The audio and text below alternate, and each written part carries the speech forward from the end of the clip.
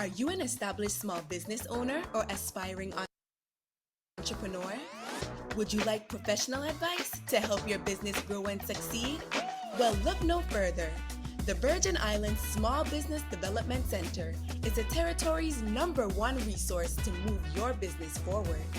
Enjoy no-cost advising, low-cost training, and technical assistance from experts in both the public and private sectors. The VISBDC is nationally accredited and sustained by the University of the Virgin Islands and the U.S. Small Business Administration.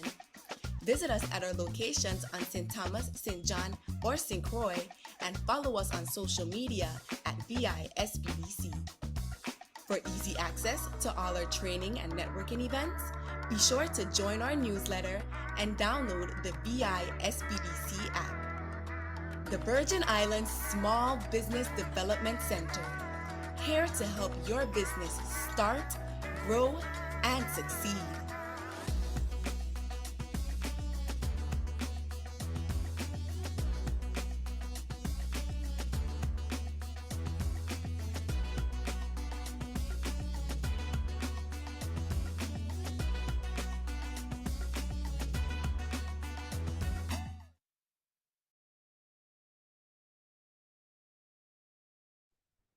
Good morning, everyone, and welcome to the VISBDC's hosting of How to Become a Federal Subcontractor.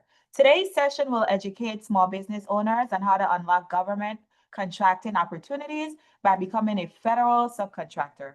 This webinar will guide you through the process from finding prime contractors to navigating the bidding process and meeting compliance requirements. Today's lead presenter is VI Apex State Director Frank Dixon. Mr. Dixon currently has 8+ years with the Apex Accelerator program, previously serving as the Connecticut State Director and a current member of the program's national board. Mr. Dixon is a decorated U.S. Army military veteran with 20+ years providing senior level strategic planning, leadership, and labor management, holding numerous roles in various industries like military, defense contracting, aerospace, automotive, manufacturing, business ownership, nonprofit, and higher education. Mr. Dixon has a formal certification in contract negotiations from the Matford Group and degrees in business administration and engineering and operations management. Here's a friendly reminder to put your questions in the chat, and they will be addressed by the presenting team directly in the chat or later during our question and answer segment. A copy of today's presentation will be attached to the post-survey email. We encourage you to take a few minutes out of your time to let us know how we are doing. So without further ado, State Director Dixon, the floor is yours. Thank you, Sharika, and welcome again to everybody to another segment. Proud again to the collaboration, extended collaboration with the Virgin Islands Apex Accelerator and the Virgin Islands Small Business Development Center. Our collaborated goal is to assist businesses in the territory in their business growth need, and all funded under the umbrella of our federal government. Who are we here at the Virgin Islands Apex Accelerator? The Apex Accelerator offers free contracting services to businesses looking to sell their products and services to the federal, state, and local government. We're 100% funded by the federal government, Department of Defense, Office of Small Business Programs. We're under the umbrella of the University of the Virgin Islands. We have 3 locations, one here on St. Thomas, one on St. Croix, and one on St. John. And we help the businesses be able to compete in the government marketplace, improve your business acumen when it comes to government marketing. There are about 95+ Apex accelerators throughout the United States and in the territories. The Virgin Islands is the newest program. Moved here a couple of years ago from Connecticut to get it up and running here. And we've been extremely successful with assisting businesses so far. We are a member of our National Apex Accelerator Alliance Association, which there are about 700 professionals like myself and the team here who provide these services to the businesses across the country and the territories. Let's talk about some of the services that we offer with our Apex Accelerator program before we get into the core of our presentation today. We offer contract administration services. So we help our clients review contracts, review the proposals, any post awards, if you win the contracts, help you understand some of the do's and don'ts and deliverable aspects. And we do all this in a one-on-one capacity. We will meet with our clients at their location, at our location, virtually, to be able to provide that hands-on subject matter expertise to help you improve in your government contracting space. We also help you with database registrations in sam.gov, where you can't do anything with the federal government for the most part, unless you're registered in sam.gov. To obtain your UEI, unique entity identifier number, and your cage code, which allows you to be able to bid directly on contracts and go after any socially and economically disadvantaged certifications like your women, veteran, 8A, and hub zone. The entire Virgin Islands is a hub zone, so we work with that as well. And any state registrations, not just the Virgin Islands, but any of the states in the U.S. and territories. We assist our business in the subcontracting opportunities, how to best position yourself to be able to be a good fit for a subcontract from a prime contractor. And that's sort of what we're going to talk about a little bit more today on positioning yourself in that subcontracting capacity. We help you with bid match preparation. We have an internal bid match system in our client relationships management system that goes out and find those opportunities based on your industry codes and keywords and emails them directly into your inbox. We provide educational trainings, webinars, seminars. He also assists you understand the latest cybersecurity requirements in the government that you might need to possess or be aware of when you're in the government contracting. And we also talk about something big now in the government that's FOCI, foreign ownership, control, and influence requirements, to help you understand if you're going after certain contracts that you have to be owned, or if you have a foreign owner or partner that has a certain stake in your business, those things might need to be disclosed and what you might be ineligible for. Like I said, socioeconomic certifications. The government has requirements to award contracts, currently have requirements to award contracts to certain set-aside environments, like women, business, veterans, 8A, hub zone, things of that nature. And we help you understand how to register in these databases and how to market yourself using a capability statement. We have a template that we assist our clients put together, a government-friendly capability statement used as a marketing tool, outreach document, use them at trade shows. And we also house our clients' capability statements, because one key thing at the Apex Accelerator, we serve as a conduit between business and industry and prime contractors. Quite often I'll get emails or phone calls from various entities looking for businesses, because they know if you're an Apex Accelerator client, you have that advisory service with you to help educate and train you on how to do business and speak business in the government sector. Some of the general requirements that we look into when we evaluate your application to be a client, we prefer you to be a registered for-profit business or someone with innovative products looking to sell in the government marketplace. We prefer you to be headquartered in the U.S. Virgin Islands territory. That's not a 100% requirement, because we do have accelerators in all the other states and various regions. We try to keep and work with our clients within that territory. We want our clients to have applicable technical knowledge and capacity to be able to read through and regurgitate some of the language and requirements accordingly. Have a past history of selling your products and services. We don't cater to the entrepreneurial spirit. For the most part, we want you to at least have a history of selling your products and services, or have a certification that you've worked in an environment that you have been doing that based on your certification.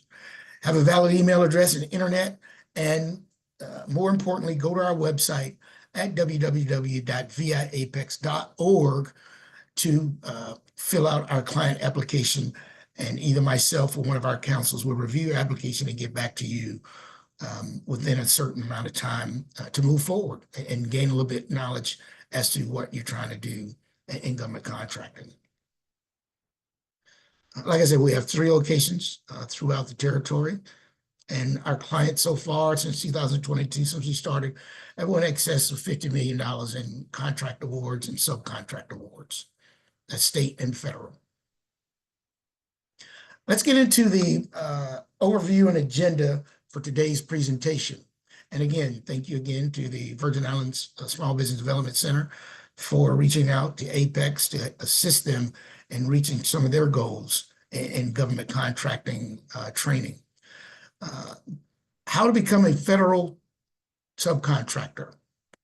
We're using the word federal subcontractor, but this can also work in the state realm as well, or any subcontract capacity with someone who has a government contract. Government subcontracting allows businesses to sell the government by partnering with prime contractors. What is a prime contractor? A prime contractor is the business entity who has won the direct contract from the government. That's considered a prime contractor, right? In today's agenda, we're going to talk about how to understand what subcontractor means in the federal marketplace, learn key steps to become a federal subcontractor, identify resources and tools to support your journey in this process, and hear practical tips to improve your chances of success in being a federal government or a subcontractor. I think one of the first things you have to ask yourself as a business, does your organization have the capacity, qualifications, certifications, and experience to accept a subcontracting opportunity? Although you might not be the prime contractor, there's still certain requirements that a subcontractor will have to be able to go after pieces of work from that prime contractor, looking at your capacity, your capabilities, your to do the work, to be able to provide those services in a timely manner. Because if you need to get it to the prime contractor in a timely manner, that prime contractor also has got to be able to get the deliverable or the services in a timely manner to the government entity who awarded them the contract.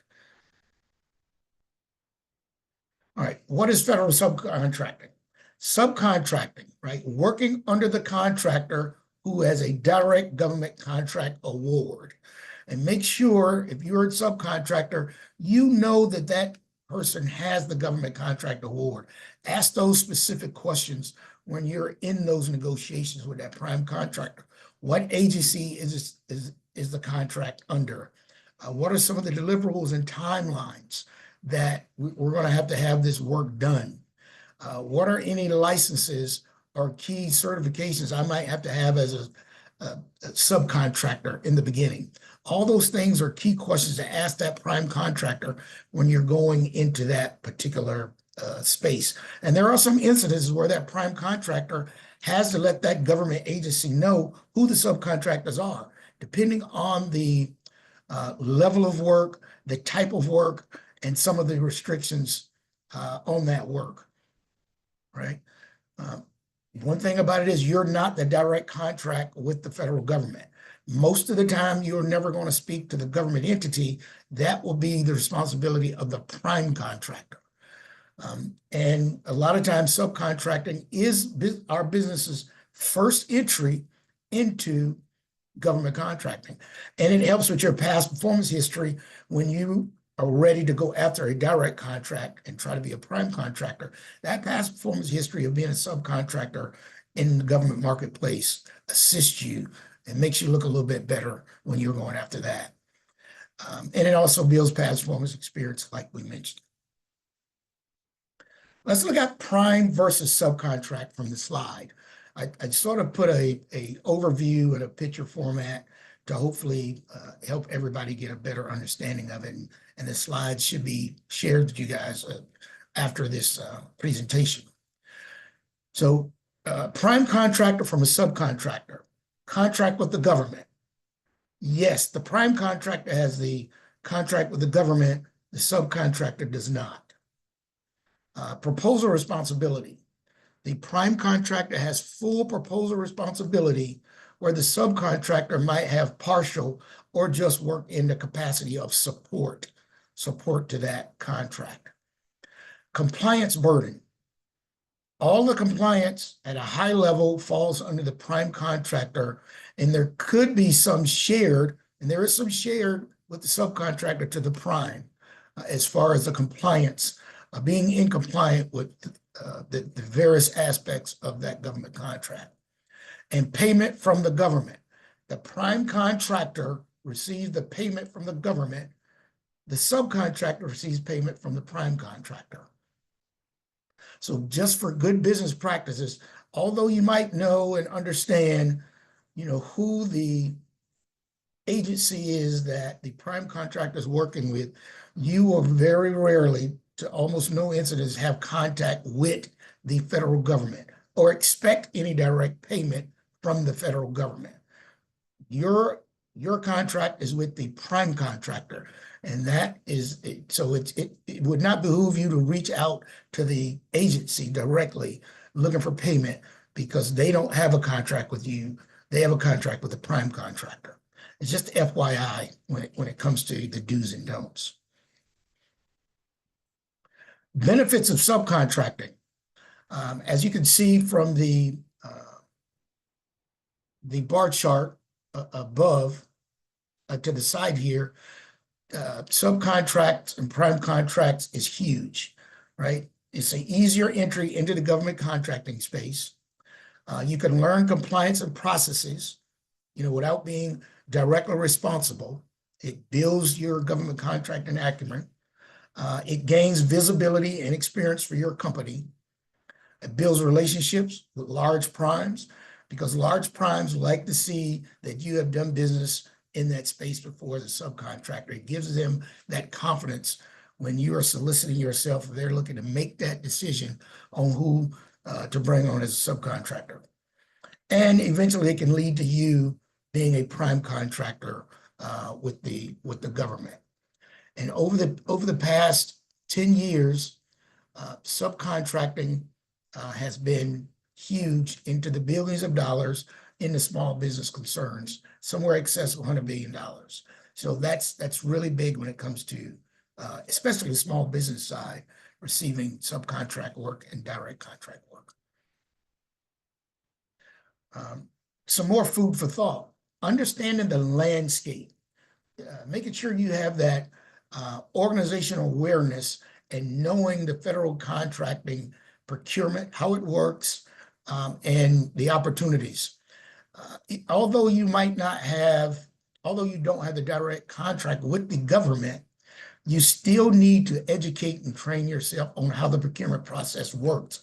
It'll only help you in your negotiation aspects when you're dealing with the prime contractor, to make sure you're making the smart, wise decision on the process and how the process should work. Continue to educate yourself. And in doing that, you want to identify target agencies. Which agencies or which prime contractors are winning contracts based on what you produce or sell? And that's how you want to target and solicit your business to those particular agencies and or prime contractors. And the Virgin Islands Apex Accelerator, we assist you be able to go into the proper database, filter these agencies, filter these prime contractors, who's winning these contracts, to help you be able to solicit your capability statement and elevator pitch to those particular agencies and prime contractors to be able to go after those particular subcontracts. So we offer that service and teach and educate and train you how to do that. And also be able to research subcontracting goals from prime contractors. If you visit the prime contractors' web pages, visit their award history, it'll let you know some of the areas that and who they are subcontracting to, what type of opportunities they're looking for as a subcontractor to be able to make those efficient decisions on when you're reaching out to certain industries. And Apex Accelerator, we're here to help you go down that path efficiently.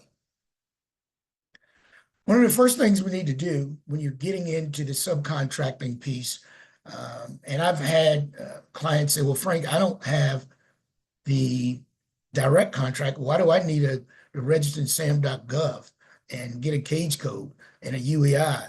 More importantly, as a subcontractor, you will need a UEI, right, to solidify and validate your that you're registered in sam.gov, your address, your business entity types, things of that nature. At minimum, in the subcontracting space, you will need a unique entity identifier in sam.gov. And after you get this sam.gov, you want to go ahead and get your cage code. Why? Because that allows you to then be able to go after other certifications, like your women, veteran, 8A, HubZone, and mentor protege and things of that nature. So it's very important that you at least have your UEI, but even more important, to actually solidify yourself and be able to have the appearance that you want to play with the big boys in the government, at least get your cage code as well. And that's done in sam.gov, and we assist our clients do that. And we also help you find out the appropriate NAICS codes that apply to your particular business. In the North American Industry Classification System, it's important that you have the right NAICS codes in sam.gov and on your capability statement. For example, there's a NAICS code that goes for machine shop, and there's a NAICS code that goes for aerospace manufacturer. Quite often, I'll have clients who will have NAICS codes based on what they think they are and what they think their business is. And then after they talk to us here, we assist them put the appropriate NAICS codes together. You might do aerospace parts for an aerospace manufacturer, but it doesn't make you a aerospace manufacturer. You might just be a machine shop. So we want to make sure you're representing yourself accurately in SAM and on your capability statement. Those things are very important.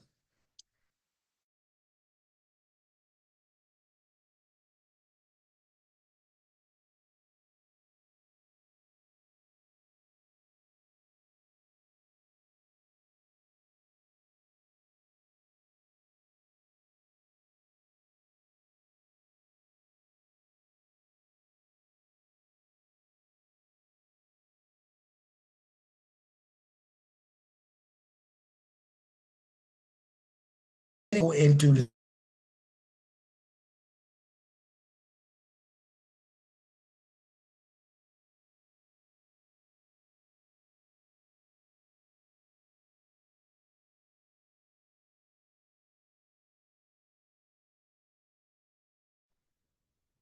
I want to make sure we didn't lose anybody. Sharika, are we still here? Am I still sharing?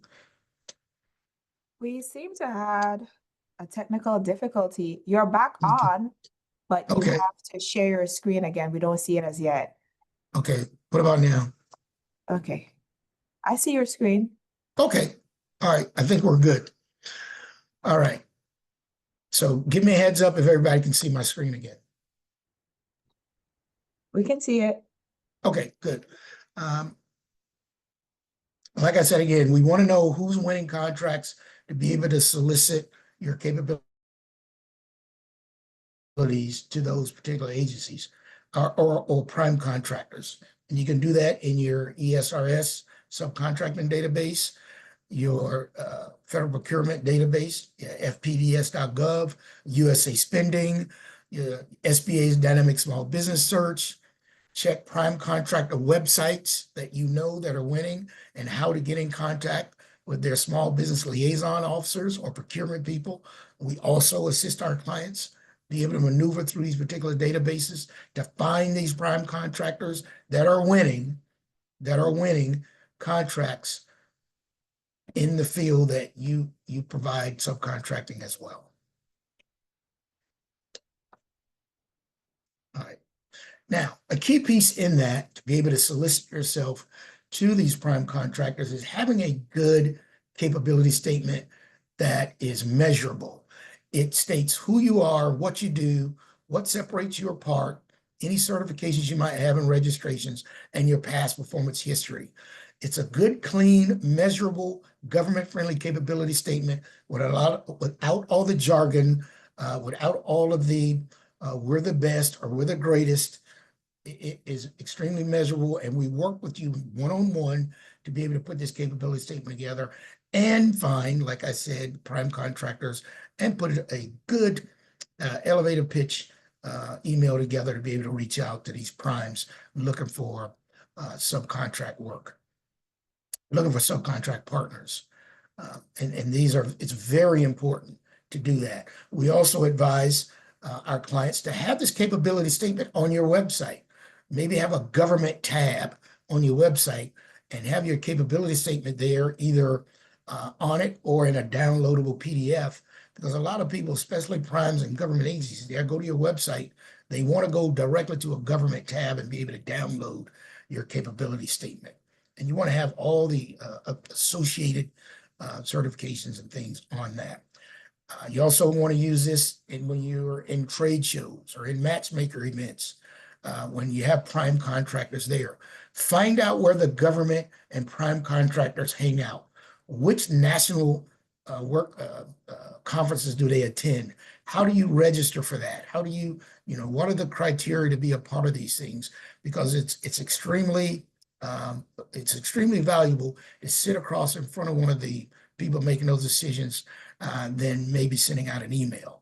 All of them are important, but you want to find out where the decision makers are, which agencies are they a part of, which associations are they members of, to be able to continue to best put yourself in a position to be a contractor, a subcontractor. Right, and all these things are done. Find out where they are. Use your Apex accelerators to be able to find those opportunities and where they're listed and where these opportunities are listed. The Apex accelerators ourselves, we attend these events because we want to hear from the primes. What are you looking for? Who are you looking for? And I'll bring that back to the Virgin Islands and I'll tell my clients or the clients here, here are the prime contractors and here are what they're looking for. But I also recruit prime contractors to come to the Virgin Islands to be able to do work with our clients as well.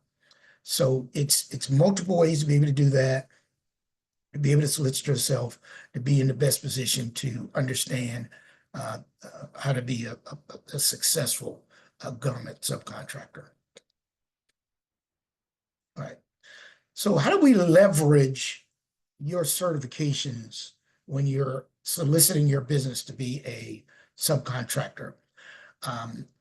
At the Apex Accelerator, we evaluate our clients based on their business ownership status and type, gender ownership, geographic location ownership with women or hub zone, veteran status, all 8A, all of these things are important to be listed appropriately on your capability statement or when you're applying, because you remember what I said earlier, there are 23% of agencies and primes have to subcontract a certain amount of work out to small businesses.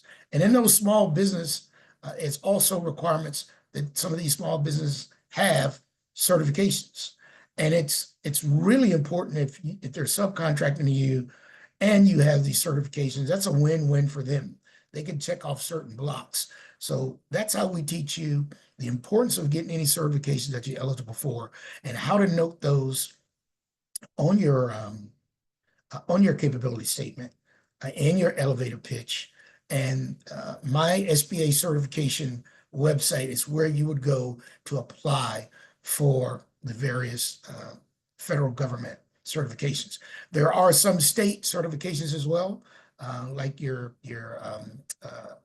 disadvantaged business certifications, which are sometimes usually done at the state level, depending on the state.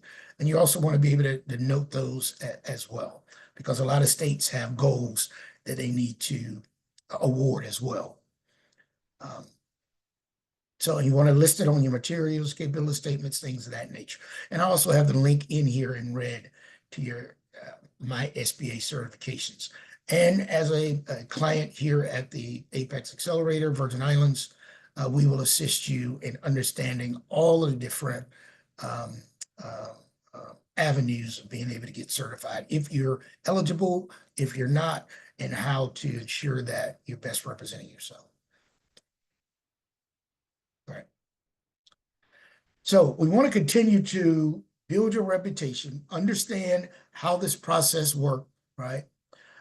And you want to be able to treat your prime contractors, with that respect, understand what they're looking for, ensure that you can prove to them that you're meeting these deadlines, because there are scorecards, and also ensure that your reputation, your business is out there amongst the prime contractor world, especially when it comes to you having references. So you want to be able to communicate these things clearly, make sure you understand how to speak the language of not only the prime, but government. And you want to be able to track your documentation, understand the procurement process, and make that prime contractor feel that they made the right choice in reaching out to you as a subcontractor. So some helpful resources to be able to help you through this particular process. Your Apex accelerators, right? You can go to the National Apex page and find the 90 plus Apexes around the country that are in the territories as well, Guam, Puerto Rico, the U.S. Virgin Islands. Your SAM.gov and Dynamic Small Business Search. Office of Small Disadvantaged Business Utilization. These are the offices within the agencies that assist businesses understand how to do business with that agency and match you up with some prime contractors.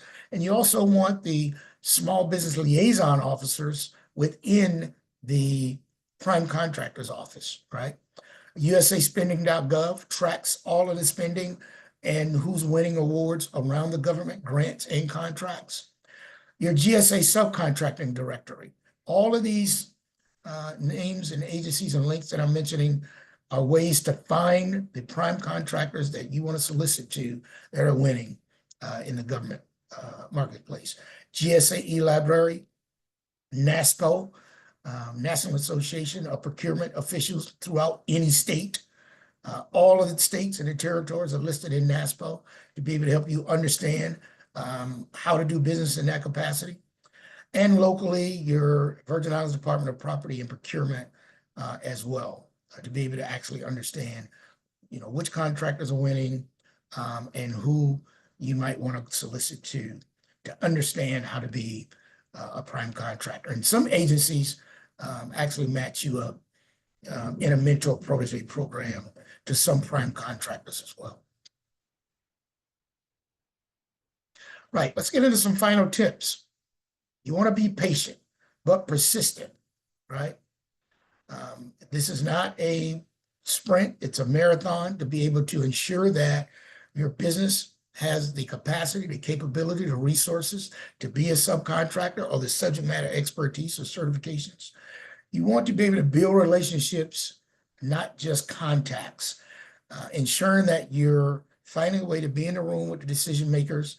Where do they congregate? Which areas do they hang out? Which conferences do they ask for meetings, right? Ask for meetings for one-on-one and not just collect a bunch of email addresses and just interact in that manner. So we want to make sure that you're building relationships, not just through contacts. And there are various ways to do that, right? Focus on readiness and delivery. When you're soliciting and putting your subcontracting information together, you want to make sure the wording and the content in some of your solicitations are about your capability, your capacity, your quality, and your timeliness, right? All those things are key, right?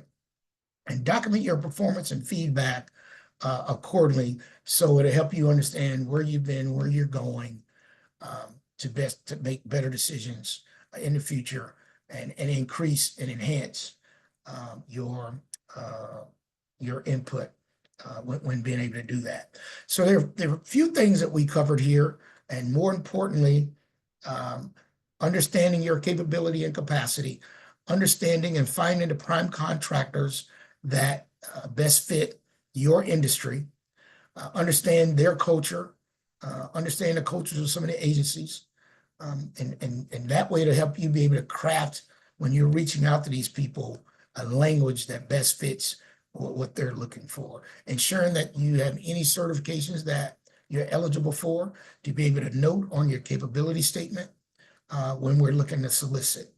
But more importantly, focus on building those relationships, your readiness to be a subcontractor, and because honestly, you want to actually be able to be a prime contractor, but working in a subcontractor capacity. A lot of businesses never go after prime contracts.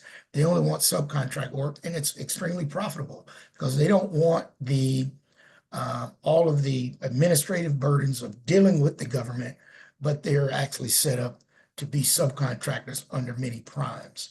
So it's extremely profitable as a subcontractor as well. So I hope, you guys got some really good content out of this. Please at any time, and I'll share our information again at the Virgin Islands Apex, but I will open the floor up to some questions, Sharika, if we have any. All righty, thank you for that presentation. We do have a question. I have a question about SAM.gov registration. I'm hoping someone can answer. Sorry that it is specific. I'm a new single member LLC classified by the IRS as a disregarded entity. Since I am a new business this year, I haven't submitted a tax return yet. In submitting my information for registration in the TIN match section, the matching failed when I put my EIN with my name as the taxpayer name. I was instructed to put my EIN with my business name as my taxpayer name. I am wondering if that is correct for a disregarded entity, or if I should put my social security number with my name. Thank you for your assistance. So thank you for that question. So SAM.gov has gone through a few iterations over the past couple of years, and they're becoming extremely diligent and administrative when it comes to approving SAM.gov certifications. So for the most part, that's a common rejection when it comes to the IRS piece when you're uploading. And it will tell you specifically in the email what's not matching up. What I've found over time in my experiences is that whatever's on the tax ID documentation for the IRS, the business owner usually does not put the same into the field when they're filling out their information, or it doesn't reflect on your tax documents the same way. So whatever's on your tax documents needs to be put into SAM.gov. If it's your name, if it's your business name, however it's listed, however it's put there, needs to match up with what you have in SAM.gov and what's on your tax ID document from the IRS. And that's usually the common challenge when it comes to getting through SAM.gov. There are various steps in SAM.gov. You have your UEI, which is your address validation and business entity validation. You have your IRS portion where they cross-reference your IRS filings, your business name as it relates to your IRS document, and then it goes through CAGE. CAGE is an actual department in the federal government that reviews everything. And CAGE might have challenges with what came through your initial UEI and your IRS. They might have their own questions or feedback, or they might want additional documents. So it's very important in the IRS section to understand what's on your tax return and when did you file your tax return and what's on your IRS documentation. That's what they're cross-referencing. So I hope that helps answer the question.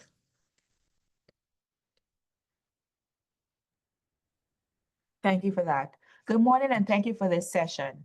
Can nonprofits take advantage of subcontracting opportunities with the federal government? So it depends. most nonprofits are grant-based organizations. And if the nonprofit has an entity that is producing something for profit, it could be a possibility for someone to outsource that work to them. But that would be, you would have to have you would have to produce something as a nonprofit. And that would have to be a conversation between you and that prime contractor on what that looks like. I'm not going to say no to that because I do know some nonprofits that have separate entities that are for profit under the nonprofit. And, they can take advantage of certain things. So it depends on what you're actually set up to do and what that prime contractor feel comfortable with. I think that's the only way I can answer that question.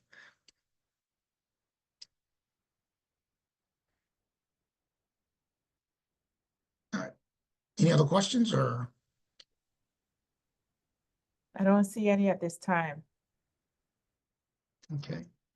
All right. I do want to reiterate, it's very lucrative for subcontracting to prime contractors, not only because it relieves some of your administrative burdens you can focus on actually delivering, but it also builds your past performance history.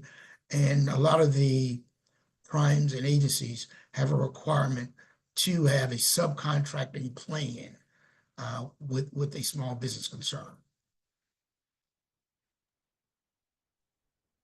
Okay, we have another question. Good morning. Are there any disadvantages of being a Virgin Islands-based subcontractor? I don't know of any disadvantage based on where you are as a business. And I think I would need to elaborate on that a little bit more. Are you saying as far as a federal government? Because I have multiple clients here who are subcontractors with prime contractors. You might have a business in Texas, and they're looking for a small business concern to subcontract to, but some of my clients in the Virgin Islands are 8A, Hub Zone, women's certifications, and they're looking for businesses that have those certifications as well. So there's no disadvantage to being in the Virgin Islands as a subcontractor. The only disadvantage would be if you're not ready to actually be able to deliver on the work, or if you're not set up appropriately.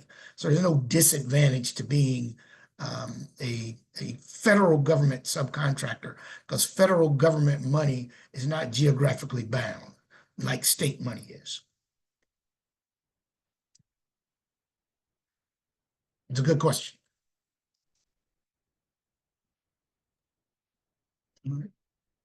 All righty. Thank you for that. I don't see any more questions at this time. Well, thank you guys again. Sharika, always good to participate in and collaborate with the Virgin Islands Small Business Development Center. Again, please feel free to reach us on our website at www.viapex.org. And we'll be here to assist you in your government contracting needs. Thank you again.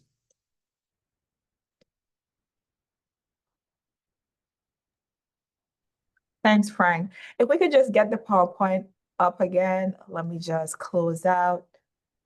Also sharing VI SBDC resources, how you can find us. The VI SBDC has so much more in store for you as VI small businesses. You can visit our website at www.visbdc.org. Download the VI SBDC app on your mobile device from the appropriate app store. Like and follow us on Facebook, Instagram, Twitter, Google Business, and subscribe to the VI SBDC YouTube channel for new uploads of our on-demand webinars. I just want to make mention of a few workshops that we have coming up. Today in person, we have SBA resources every small business should know. That's going to be today at 1 p.m. At the UVI campus on St. Thomas. That's the Oval Eken campus within the 13D Research and Strategy Innovation Center, first floor presentation area. Coming up tomorrow, we have a webinar, Pivoting for Growth, Turning Challenges into Opportunities. On June 17th, we have Securing an SBA Loan for Your Business, How to Get Approved. On June 18th, we have Basic Tree Planting, that is in collaboration with the Virgin Islands Agriculture Business Center. On June 18th, we have VBOC, the Economics of Small Business Startup. On June 18th, Yes. On June 24th, we have SBA presenting Business Resiliency as Disaster Preparedness. On June 25th, we have the Agriculture Business Center back again with Basic Tree Pruning. On June 25th, we have VBOC, Introduction to Business Planning. On June 26th, we have the Ripple Effects, How Small Steps Lead to Large Wins. Okay, so once again, here's a friendly reminder to look out for that email. A copy of today's presentation will be attached, and we encourage you to take part in that survey that allows us to provide data so that we can go ahead and make sure that services like this are complimentary to you. So once again, on behalf of the entire VISBDC network, it's always a pleasure collaborating with the Virgin Islands Apex Accelerator Program. But Frank, we do have one more question. Where can we find the information you just shared about events? So if we go back to the slide for the VISBDC, you can download our app and it's super convenient. You would look for our events tab or training events. You can find it there, or you can go to the VISBDC website and you can select training.